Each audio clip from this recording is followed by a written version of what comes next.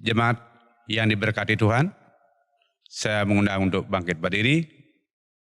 Jemaat yang terkasih, hari ini bersama-sama Tuhan kita sudah memasuki hari Minggu kedua sebelum masa sengsara.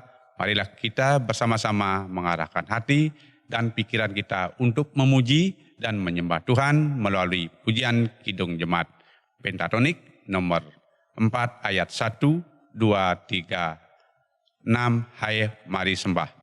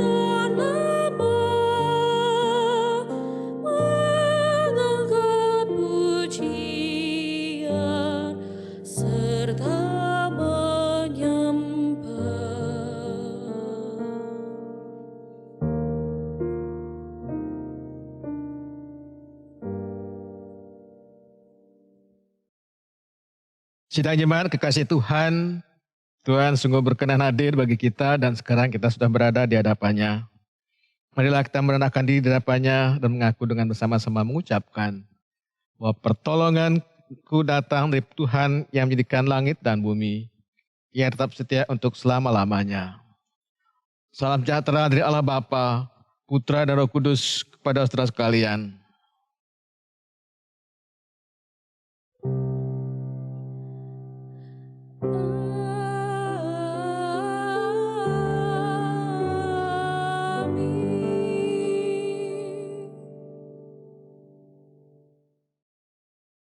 Jemaat sekalian kekasih Kristus menghayati hidup beriman di penanggalan tahun gereja. Minggu ini kita sudah masuki hari Minggu yang kedua sebelum masa sengsara yang kita sebut dengan Minggu Seksa Gesimai, 60 hari sebelum Paskah. Firman yang mengantar kita pada minggu ini menyapa demikian dari Ibrani 3 ayat 15. Pada hari ini, jika kamu mendengar suaranya, janganlah keraskan hatimu. Pada hari ini, jika kamu mendengar suaranya, janganlah keraskan hatimu. Kita menyambut firman yang mengantar ini bersama-sama dengan Kidung Jemaat 355 ayat 1 sampai ayat yang ketiga. Yesus memanggil.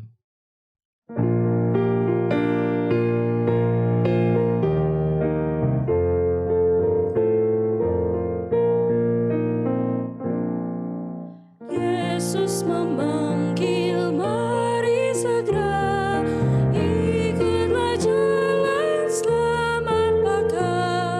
Jangan sesat dengar sabdanya, hai marilah segera. Sungguh nanti kita akan senang, bebas dosa, hati pun tentram, bersama Yesus dalam terang, di rumah yang kekal.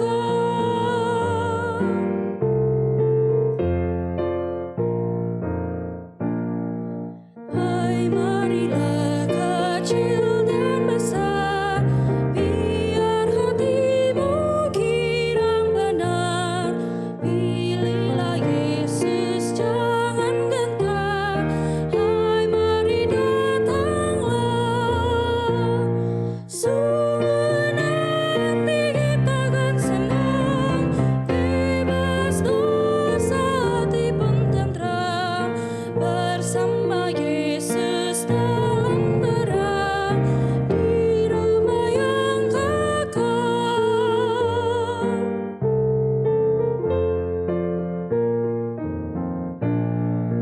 Jangan kau lupai serta perintah kasih-Nya, patuhilah.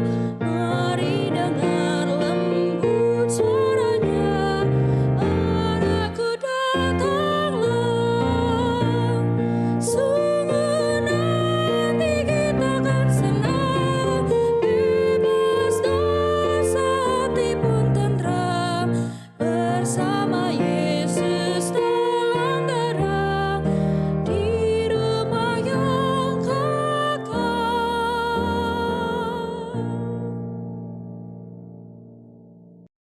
Sidang jemaat yang dikasihi Tuhan, kita akan melanjutkan puji-pujian kita dengan bermazmur bagi Tuhan. Mazmur yang kita baca hari ini terdapat di dalam Mazmur 119 ayat 89 sampai 91, dilanjutkan ayat 105 sampai 106. Untuk selama-lamanya ya Tuhan, kesetiaan-Mu dari keturunan ke keturunan, menurut hukum-hukum-Mu semuanya itu ada sekarang. Firman-Mu itu pelita bagi kakiku, aku telah bersumpah dan aku akan menepatinya. Haleluya. Jemaat kekasih Kristus, bersama dengan pemazmur kita mengungkapkan pengakuan kita tadi bahwa firman-Mu itu pelita bagi kakiku dan terang bagi jalanku. Aku telah bersumpah dan aku akan menepatinya untuk berpegang pada hukum-Mu yang adil.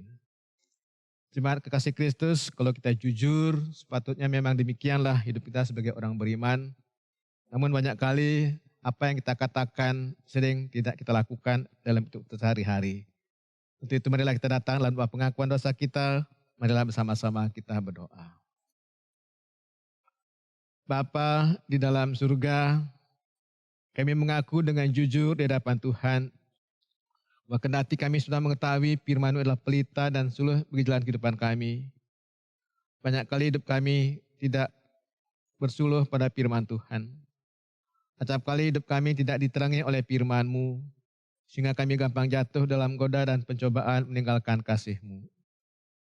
Bapa dalam surga, kami tidak mengalami utuh sejahtera dan damai-Mu. Karena itu Bapa dalam surga, pagi hari ini sebelum kami melanjutkan ibadah dan puji-pujian kami, berkenan kiranya Engkau mengampuni dan menyucikan segala dosa-dosa kami. Jangan Tuhan melihat segala pelanggaran dan dosa-dosa kami yang begitu limpah itu, melainkan ingatlah akan perjanjian anugerah-Mu bagi umat-Mu yang Kau kasihi, yang kini datang dengan berhati mengaku dosa-dosanya dan mohon anugerah pengampunan-Mu. Dalam pengasihan Yesus Kristus, kami mohon anugerah pengampunan-Mu, kiranya Tuhan melakukan juga bagi kami. Amin. Jemaat kekasih Kristus, kita ungkapkan juga bersama-sama pengakuan dosa kita dengan pujian PKJ 37 ayat 1 dan kedua, bila kurenungkan dosaku, ayat 1 dan yang berikutnya.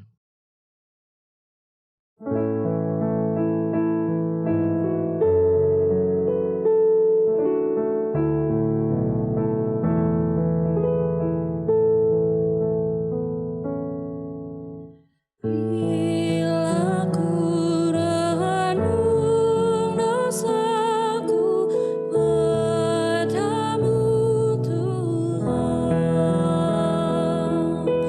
yang berulang ku lakukan di hadapan-Mu. Kasih sayang-Mu perlindunganku, di bawah naungan sayap-Mu damai hatiku. Kasih sayang-Mu pengharapanku, usapan kasih setiamu selalu ku rindu.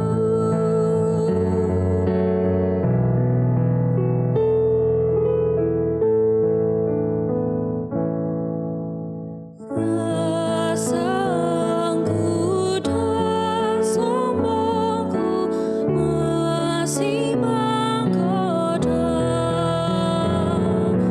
iri hati dan benciku kadang menjelma. Kasih sayang-Mu perlindunganku, di bawah naungan sayap-Mu damai hatiku. Kasih sayang-Mu pengharapanku, usapan kasih setiamu selalu ku rindu.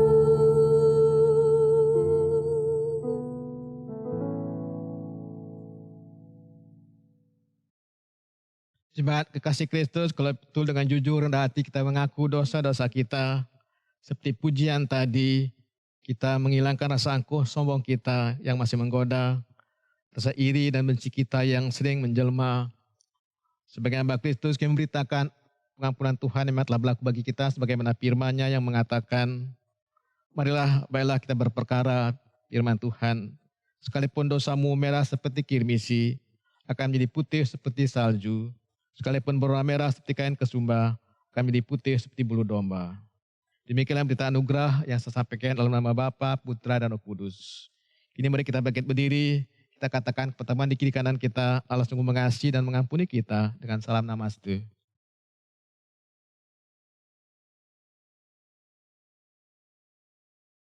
Jemaat silakan duduk kembali. Kini marilah bersama-sama kita kembali berdoa untuk mohon bimbingan Roh Kudus sebelum masuk pada perenungan firman Tuhan. Marilah kita berdoa. Bapa dalam surga, seperti Mazmur minggu kami pada hari ini, oh memang benar firman-Mu adalah pelita dan suluh bagi jalan kehidupan kami. Karena itu tolonglah kami rajin mendalami firman-Mu dan melakukannya dalam kehidupan kami. Hari ini bersama-sama kami telah sedia untuk mendengarkan firman-Mu. Bukalah hati dan pikiran kami, sebab hikmat kami terbatas untuk memahami kekayaan firman-Mu. Biarlah Roh yang Kudus akan membuka rahasia kekayaan firman-Mu bagi kami sekalian. Hamba Tuhan di dalam keterbatasannya berkenan Kau mengurapi dengan wibawa-Mu yang rasuli, agar kehendak-Mu disampaikan dengan jelas dan benar bagi kami sekalian. kekuasaan pikirannya dan ucapan-ucapannya agar terarah dan teratur, sehingga hanya kehendak mustahil disampaikan. Segala kuasa niat jahat yang suka mengalihkan perhatian kami dari firman-Mu, di dalam nama Yesus kami mengikat dan menolak pengaruhnya, agar tidak ada dari kami. Besar dalam kami sekalian ya Tuhan, karena kami anak-anak telah sedia untuk mendengar, di dalam Yesus Kristus. Amin. Jemaat kekasih Kristus, firman Tuhan yang disiapkan untuk kita pada minggu ini, pada minggu kedua sebelum masa sengsara, terambil dari kitab Lukas pasal 8, ayat 4 sampai 15. Lukas 8 ayat 4 sampai 15. Demikian firman Tuhan saya bacakan bagi kita sekalian. Perumpamaan tentang seorang penabur. Ketika orang banyak berbondong-bondong datang, yaitu orang-orang yang dari kota ke kota menggabungkan diri kepada Yesus, berkatalah ia dalam suatu perumpamaan.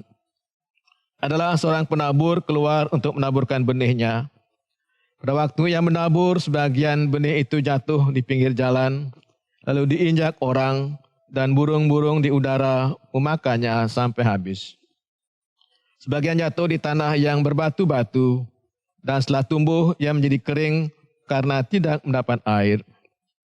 Sebagian lagi jatuh di tengah semak duri, dan semak itu tumbuh bersama-sama dengan dan menghimpitnya sampai mati. Dan sebagian jatuh di tanah yang baik, dan setelah tumbuh berbuah 100 kali lipat. Setelah berkata demikian, Yesus berseru, "Siapa mempunyai telinga untuk mendengar, hendaklah ia mendengar." Murid-muridnya bertanya kepadanya, "Apa maksud perumpamaan itu?"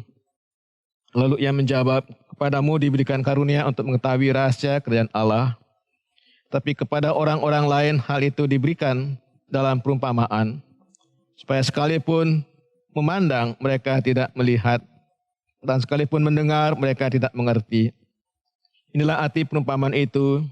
Benih itu ialah firman Allah. Yang jatuh di pinggir jalan itu ialah orang yang telah mendengarnya, kemudian datanglah iblis, lalu mengambil firman itu dari dalam hati mereka, supaya mereka jangan percaya dan diselamatkan. Yang jatuh di tanah yang berbatu-batu itu ialah orang yang setelah mendengar firman itu menerimanya dengan gembira, tapi mereka itu tidak berakar. Mereka percaya sebentar saja, dan dalam masa pencobaan mereka murtad. Yang jatuh dalam semak duri ialah orang yang telah mendengar firman itu, dan dalam pertumbuhan selanjutnya mereka terhimpit oleh kekhawatiran dan kekayaan dan kenikmatan hidup, sehingga mereka tidak menghasilkan buah yang matang.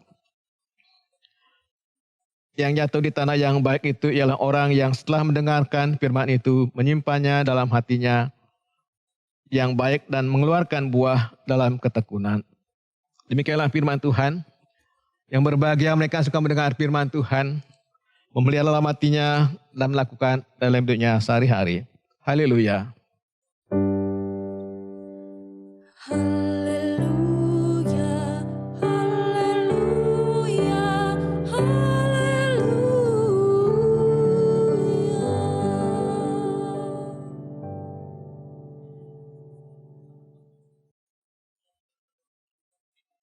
Jemaat sekalian kekasih Kristus, Salam.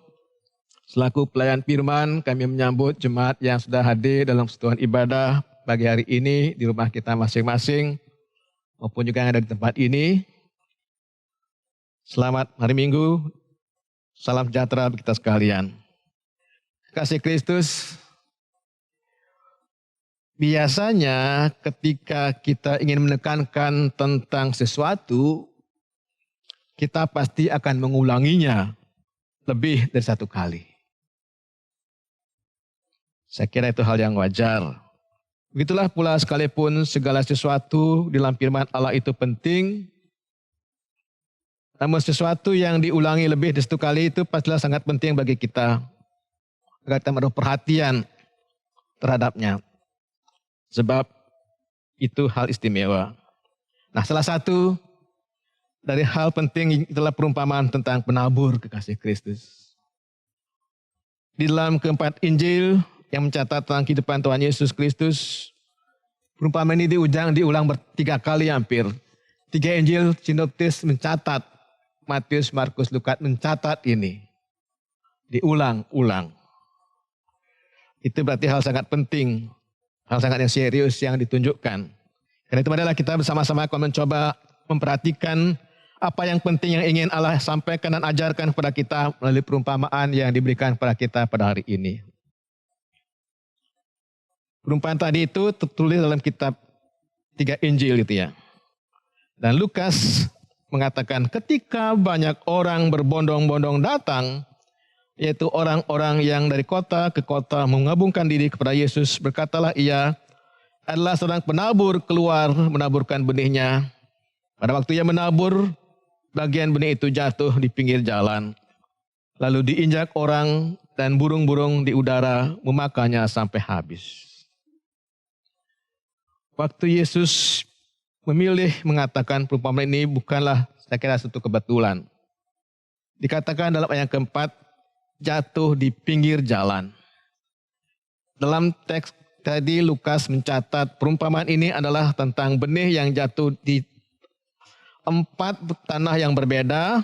Yang pertama di pinggir jalan, dikatakan dalam Lukas 8, adalah seorang penabur keluar menaburkan benihnya. Pada waktu yang menabur, sebagian jatuh di pinggir jalan, lalu dinya orang, dan burung-burung di udara memakannya. Sebagian ditaburkan jatuh di pinggir jalan, sehingga benih itu tidak tumbuh dan menghasilkan buah, tapi diinjak orang dan dimakan burung. Bagaimana kita menghayati akal ini? Di dalam ayat yang berikutnya, inilah arti perumpamaan itu dikatakan, benih itu ialah firman Allah yang jatuh di pinggir jalan, ialah orang yang telah mendengarnya, kemudian datanglah iblis lalu mengambil firman itu dari dalam hati mereka, supaya mereka jangan percaya dan diselamatkan. Demikian juga dalam Injil Matius, kepada orang yang mendengar firman tentang kerajaan sorga tetapi tidak mengertinya, datanglah si jahat dan merampasnya, lalu ditaburkan dalam hati orang itu, itulah benih yang ditaburkan di pinggir jalan. Jadi menurut ayat-ayat tadi, benih yang ditaburkan adalah firman Allah. Atau dalam bahasa Matius, firman tentang kerajaan Allah. Namun firman itu tidak memberikan hasil yang sama di semua tempat. Karena tergantung pada tanah di mana firman itu ditaburkan. Dan salah satu jenis tanah itu adalah tanah yang dikatakan di pinggir jalan, yang menurut penafsiran adalah orang yang meskipun mendengarkan firman Allah tetapi tidak mengertinya. Yang dimaksud dengan tidak mengerti dapat kita ketahui melalui konteks perumpamaan ini. Kata bahasa Yunani yang dipadamkan dengan kata mengerti itu adalah kata kerja sunemi yang dipergunakan hampir 6 kali. Di antara juga dalam bacaan kita. Sekalipun mereka melihat, tidak melihat. Demikian dikatakan oleh Matius. Mereka tidak melihat dan sekalipun mendengar. Mereka tidak mendengar dan tidak mengerti. Jadi genaplah nubuat Yesaya yang berbunyi, kamu akan mendengar dan mendengar namun tidak mengerti. Kamu akan melihat dan melihat namun tidak menanggap. Sebab hati bangsa itu telah menebal dan telinganya berat mendengar. Dan matanya melekat tertutup supaya jangan mereka melihat dengan matanya dan mendengar dengan telinganya dan mengerti dengan hatinya. Lalu berbalik sehingga aku menyembuhkan mereka. Itu kata saya. Jadi seharusnya dengan telinga orang mendengar firman, dengan hati atau bagian dalam dari pikiran kita orang mengerti firman. Namun yang dimaksudkan dalam perumpamaan ini bukan sekedar pemahaman mental yang sederhana. Yang dimaksudkan adalah pemahaman dan penerimaan akan firman Allah dengan segenap hati dan dengan segenap pikiran kita yang terdalam. Itulah sebabnya hasil dari benih firman Allah yang ditaburkan sangat bergantung pada tanahnya. Benih yang sama namun jatuh di tanah yang berbeda atau hati yang berbeda kualitasnya akan membuahkan hasil yang berbeda pula. Pada hati yang telah menebal, firman Allah seakan jatuh di pinggir jalan. Firman itu tidak akan tumbuh apalagi menghasilkan buah. Seperti Korintus mengatakan Injil itu yang diberitakan masih tertutup juga bagi mereka. Maka ia tertutup untuk mereka yang akan binasa, orang yang tidak percaya, yang pikirannya telah dibutakan oleh Allah zaman, sehingga mereka tidak melihat cahaya Injil tentang kemuliaan Kristus yang adalah gambar Allah. Jadi ada orang-orang yang bagi mereka firman Allah itu tertutup, dan mereka tidak dapat mengerti. Itu bukan karena firman Allah itu sesuatu yang terlalu sulit untuk dimengerti, namun karena hati mereka telah menebal, keras, sehingga tidak mengizinkan benih firman itu bertumbuh. Kata dalam bahasa Yunani dipadankan dengan kedegilan hati, juga dikatakan dalam Efesus, yang berarti kekerasan atau kedegilan. Kata yang sama juga dipergunakan dalam Markus, menggambarkan hati sekelompok orang yang begitu banyak menganiaya Yesus. Jadi ketika Tuhan Yesus Kristus, Anak Allah, ada di hadapan orang-orang Farisi itu, mereka sedang mendengarkan dan melihat guru terbesar, manusia yang teragung yang pernah ada di muka bumi, namun mereka tidak percaya kepadanya. Apa alasannya? Karena hati mereka telah menebal begitu kerasnya sehingga membuat hati itu tidak memadai untuk menerima dan mengalami pertumbuhan benih firman Allah. Bukan benihnya, bukan firman-Nya yang tidak baik, namun tanahnya yaitu hati mereka yang sudah menjadi teramat keras. Sebagian dikatakan jatuh di tanah yang berbatu-batu. Ini tanah yang kedua, sebagian jatuh di tanah yang berbatu yang tidak banyak tanahnya. Lalu benih itu pun segera tumbuh karena tanahnya tepis, tapi sudah matahari terbit, layulah dan menjadi kering karena tidak berakar. Demikian Matius mengatakan di bagian ini. Benih dapat tumbuh di dalam beragam jenis tanah kekasih Kristus. Namun ada jenis tanah yang membuat benih tidak dapat bertahan atau menghasilkan buah. Salah satu jenis tanah di mana benih yang sekalipun pada awalnya tumbuh, namun pada akhirnya tidak dapat bertahan adalah tanah yang berbatu-batu. Penyebab tanah tidak dapat bertahan di sana adalah karena batu-batu tidak memungkinkan benih itu berakar, sehingga dapat menyerap air dan akibatnya begitu tertiup angin, benih itu pun menjadi kering. Seperti yang kita lihat, tanah yang berbatu-batu adalah orang-orang yang mendengarkan firman Tuhan, segera menerimanya, bahkan menerimanya dengan penuh kegembiraan. Namun ia tidak berlangsung lama, karena begitu terjadi penindasan dan penganiayaan, orang-orang ini pun murtad. Bahkan dengan segera jelas di sini, penyebabnya yang membuat mereka jatuh adalah karena mereka sangat lemah dalam penganiayaan dan penindasan. Sehingga ketika iblis melakukan penganiayaan terhadapnya, mereka pun segera jatuh.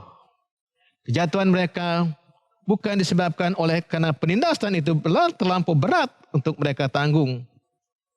Sebab dalam Korintus 2 Korintus 4:17 atau 1 Korintus 10 ayat 12-13 dikatakan pencobaan-pencobaan yang kita alami itu hal yang tidak melebihi kekuatan kita. Sebenarnya mereka jatuh karena tidak mau melakukan perlawanan yang terkecil pun terhadap si iblis. Mereka segera murtad, sebagaimana teks katakan, karena itu tunduklah kepada Allah, lawan iblis. Jaga, maka ia akan lari daripada kita. Bila kita tidak melawan iblis, ia tidak akan lari dari kita. Sebaliknya, ia akan menelan mereka yang tidak melakukan perlawanan terhadapnya. Kategori ketiga dalam teks kita, setelah ada dua yang pertama tadi, yang mendengar firman Tuhan, kategori ketiga dikatakan sebagian jatuh di semak duri, lalu makin bersalah semak itu dan menghipitnya sampai mati sehingga tidak dapat berbuah. Di tanah yang ketiga yang ke atasnya benih itu ditaburkan adalah tengah-tengah semak duri. Benih yang jatuh di tanah itu dihimpit sehingga ia tidak berbuah.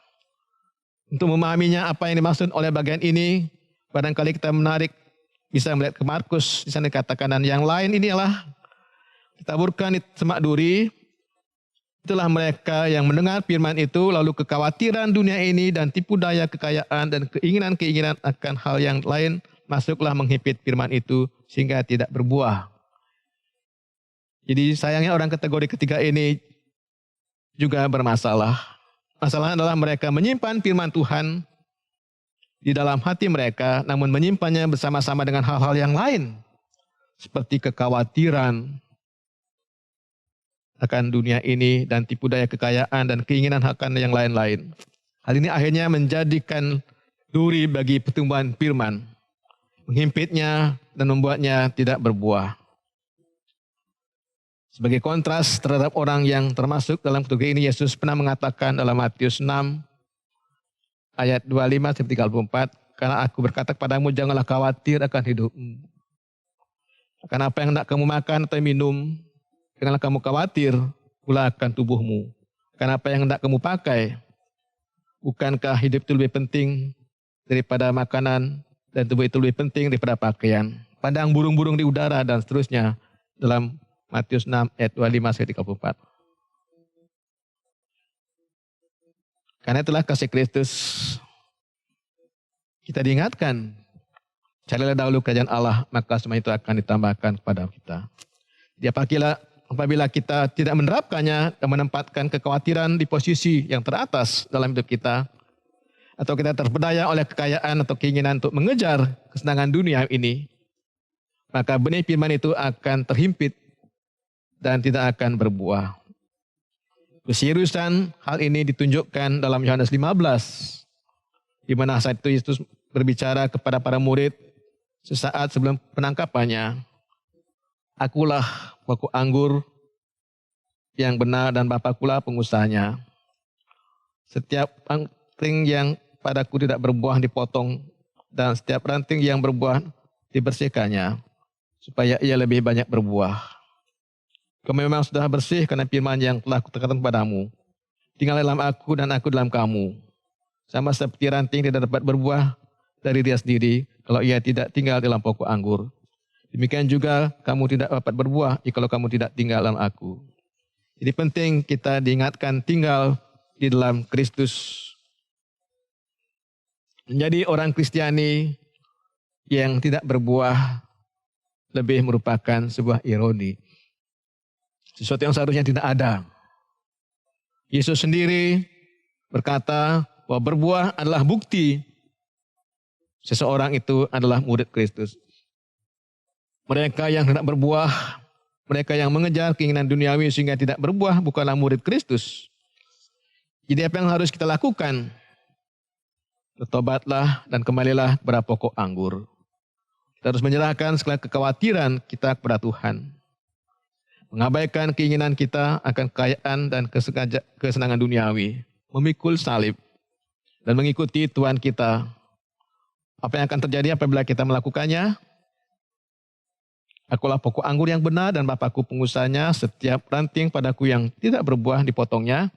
Barang siapa tidak tinggal dalam aku, ia dibuang keluar seperti ranting dan menjadi kering. Kemudian dikumpulkan orang dan dicampakkan ke dalam api lalu dibakar. Jadi mari kita melakukan apa yang Tuhan Allah katakan.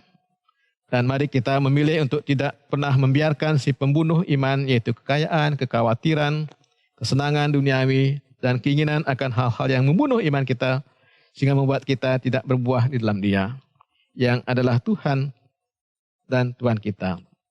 Mari kita membulatkan tekad untuk terus menempel dan tinggal pada pokok anggur, apapun yang terjadi, menghasilkan banyak buah, sehingga dengan demikian kita memuliakan Bapa kita yang di surga, membuktikan bahwa kita adalah murid-muridnya.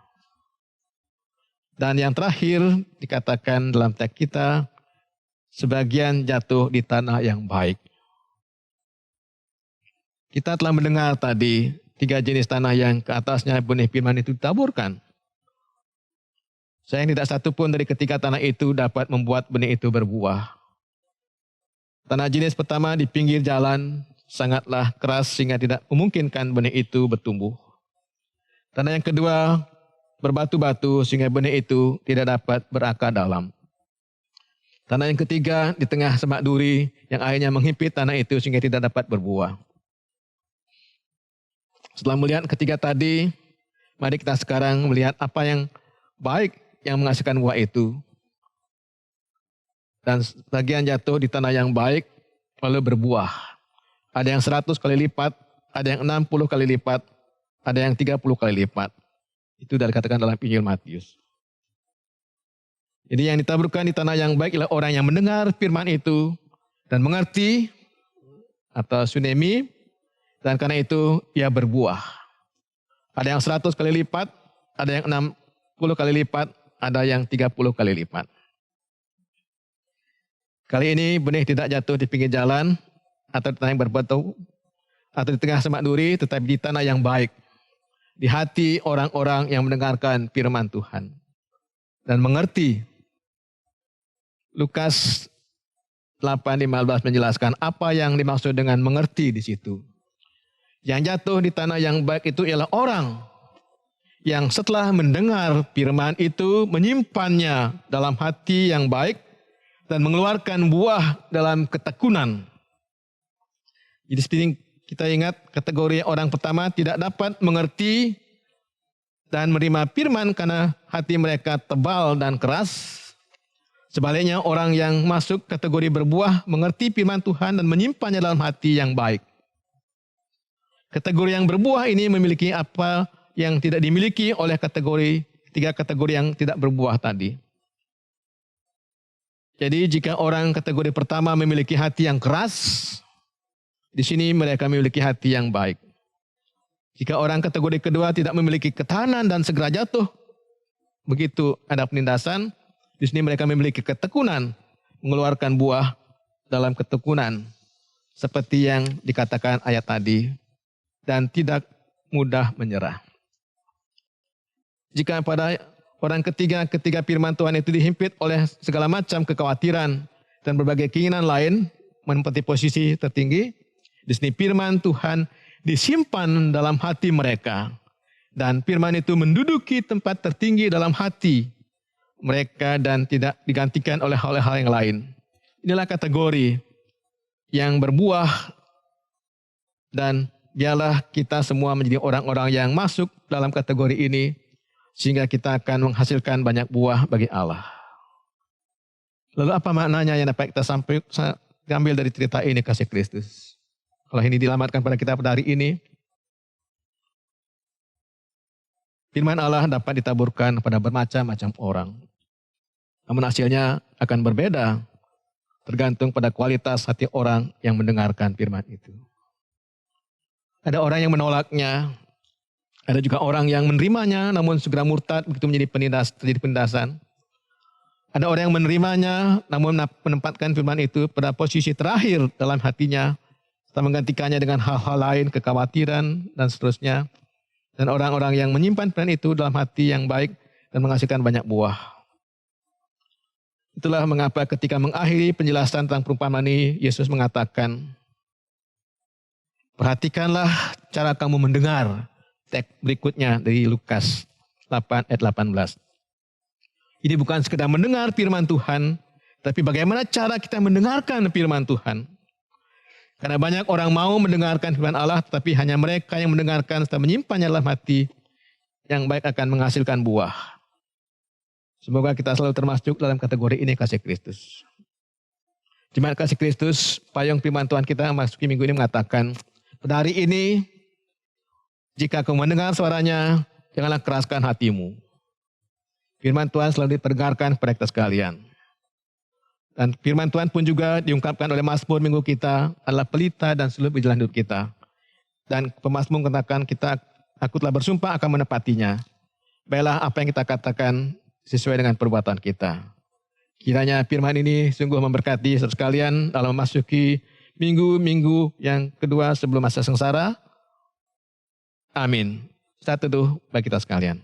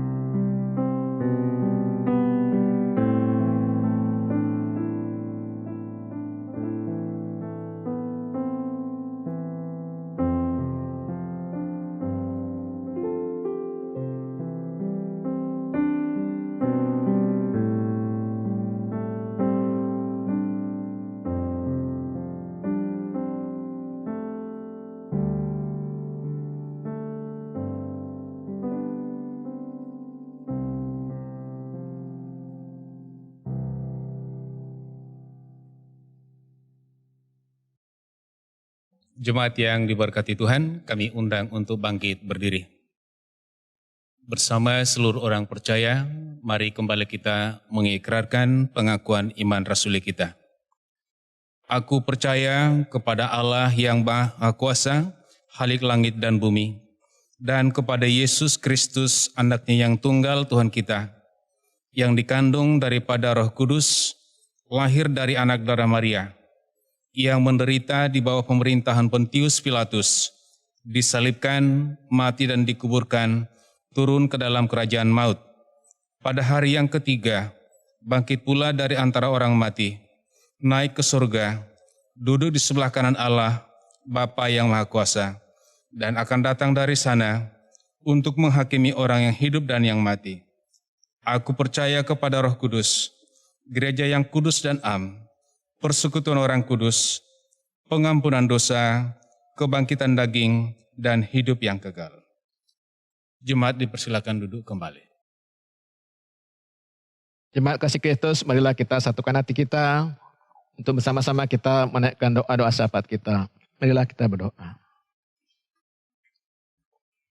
Bapa dalam surga, terima kasih untuk firman-Mu yang begitu indah yang boleh kami dengarkan dan renungkan bersama-sama pada minggu sebelum akhir tahun gereja, sebelum memasuki minggu sengsara.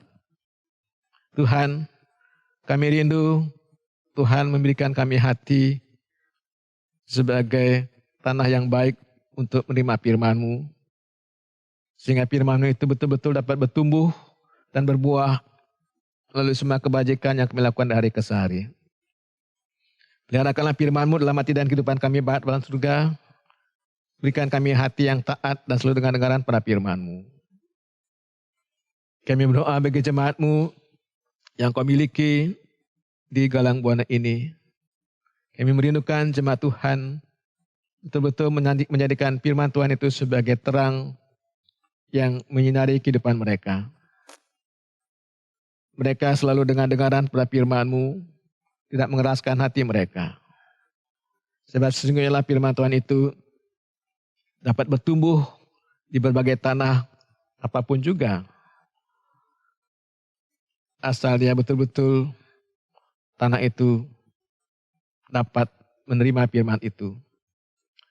Karena tolonglah Tuhan Yesus, berkatilah setiap anak-anak Tuhan yang hari ini boleh mendengarkan pemberitaan firman-Mu. Jadikanlah kami anak-anak-Mu yang setia. Ada banyak program-program yang dilakukan dalam kategorial berkaitan dengan pentingnya mendengarkan firman Tuhan. Pemuda memiliki program bagaimana mereka demen baca Alkitab, demikian juga kaum ibu dan yang lainnya. Kami rindu Tuhan secara pribadi-pribadi dan berikan hati kami yang taat. Hati yang mau selalu setia dengar-dengaran pada firman Tuhan. Tidak pernah meninggalkan firman-Mu sehari pun untuk kami boleh nikmati dalam perenungan, dalam penghayatan hidup beriman kami. Bapa dalam surga, kami bersyukur Engkau memberikan firman yang baik bagi kami sekalian. Tidak seperti tempat-tempat lain yang sulit menerima firman Tuhan. Tapi hari ini kami mendapat peneguhan kembali agar kami jangan mengeraskan hati ketika kami mendengar suara Tuhan. Suara Tuhan yang mengasihi kami, suara Tuhan yang menghibur dan menguatkan kami. Suara Tuhan yang sungguh mau peduli dengan kehidupan kami.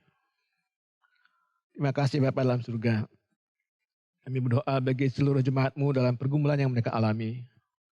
Dalam masa-masa pandemi ini, ada beragam pergumulan yang harus dijalui. Secara khusus pergumulan dalam kaitan hidup perekonomian keluarga-keluarga jemaat-Mu. Karena ada jemaat Tuhan yang karena situasi ini tidak lagi bekerja. Bila Engkau akan memberikan kami kreativitas untuk boleh melihat peluang-peluang dunia kerja di mana Engkau akan buka jalan bagi kami. Berkati jemaat-Mu Tuhan Yesus ketika ada yang bergumul dengan masalah sakit penyakit dalam masa pandemi ini.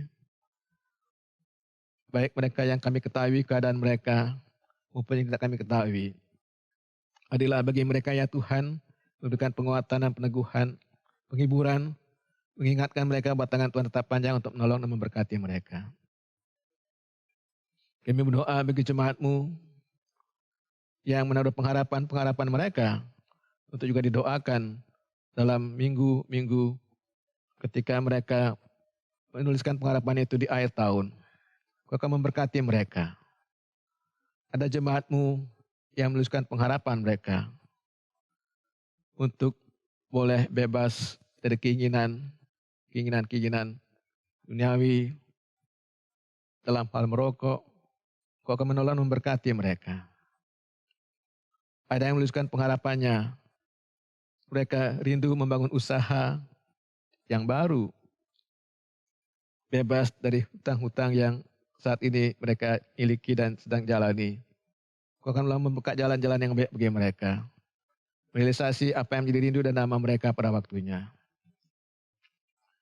Selain sebagian besar juga jemaat Tuhan menuliskan pengharapannya agar pandemi ini bisa boleh berlalu segera di antara kami. Biarlah Engkau menolong dan memberkati segala pengharapan jemaat itu boleh menjadi kenyataan dalam kehidupan mereka.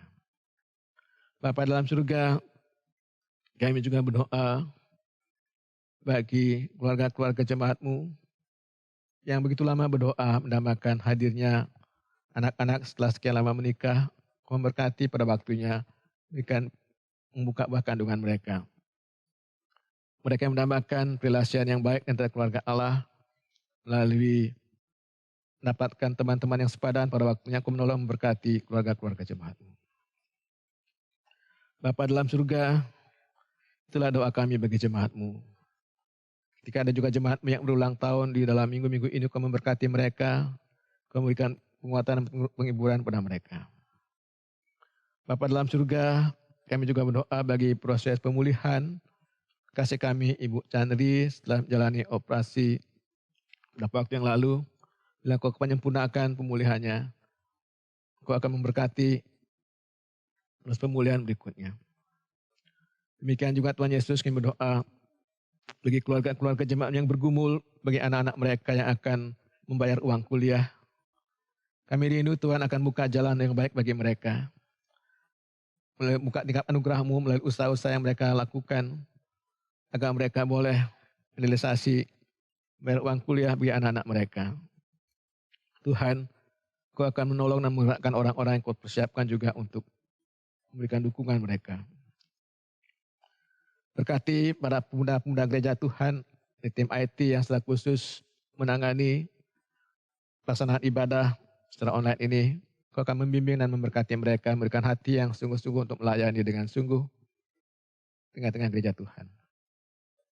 Selaku gereja Tuhan, kami akan duduk bersama untuk memikirkan bagaimana kami mengevaluasi program jemaat-Mu dan merencanakan program yang akan kami lakukan sebagai landasan kami berorganisasi dan bergereja. Biar Kau memberkati agar siapapun kami, baik pengurus kategorial, suku duka, pembangunan, majelis jemaat, kami boleh bersinergi bersama-sama bagaimana kami melakukan program yang patut kami lakukan sebagai landasan kami bergereja, membangun persekutuan yang saling melayani dan menjadi berkat. Pemerintah kami Tuhan di pusat sampai ke daerah, kami mohon berkat Tuhan, kiranya Kau akan memimpin mereka, membimbing mereka, agar sungguh mengantar masyarakat kami pada kesejahteraan, hidup yang berkeadilan dan berkemakmuran. Upaya-upaya untuk penanganan terhadap pandemi COVID ini melalui pemberian vaksin-vaksin yang ada dan telah disiapkan, Kau akan memberkati terus berlangsung dengan baik. Demikianlah Tuhan Yesus, doa kami sekalian. Sekiranya ada doa-doa lain yang tak terucapkan, yang juga dinaikkan oleh hamba-hambanya dalam persembahan ibadah ini, dengarlah juga doa-doa mereka.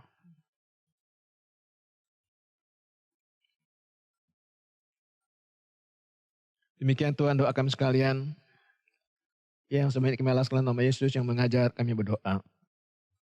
Bapa kami yang di sorga, dikuduskanlah nama-Mu, datanglah kerajaan-Mu, jadilah kehendak-Mu di bumi seperti di sorga. Berikanlah kami pada hari ini makanan kami yang secukupnya, dan ampunilah kesalahan kami, seperti kami juga mengampuni orang bersalah pada kami. Jangan bawa kami dalam pencobaan, melainkan lepaskan yang jahat. Kalian punya kerajaan dan kuasa dan kemuliaan sampai selama-lamanya. Amin. Bapak Ibu yang saya kasihi di dalam Tuhan kita Yesus Kristus, saya undang untuk berdiri. Mari kita membawa ucapan syukur kita kepada Tuhan, namun sebelumnya dengarkanlah firman Tuhan yang terambil di dalam Mazmur 96 ayat 8 sampai 9. Berilah kepada Tuhan kemuliaan namanya, bawalah persembahan dan masuklah ke pelatarannya. Sujudlah menyembah kepada Tuhan dengan berhiaskan kekudusan. Gemetarlah di hadapannya, hai segenap bumi. Mari kita pujikan di dalam PKJ 146, 1 dan seterusnya. Bawa persembahanmu.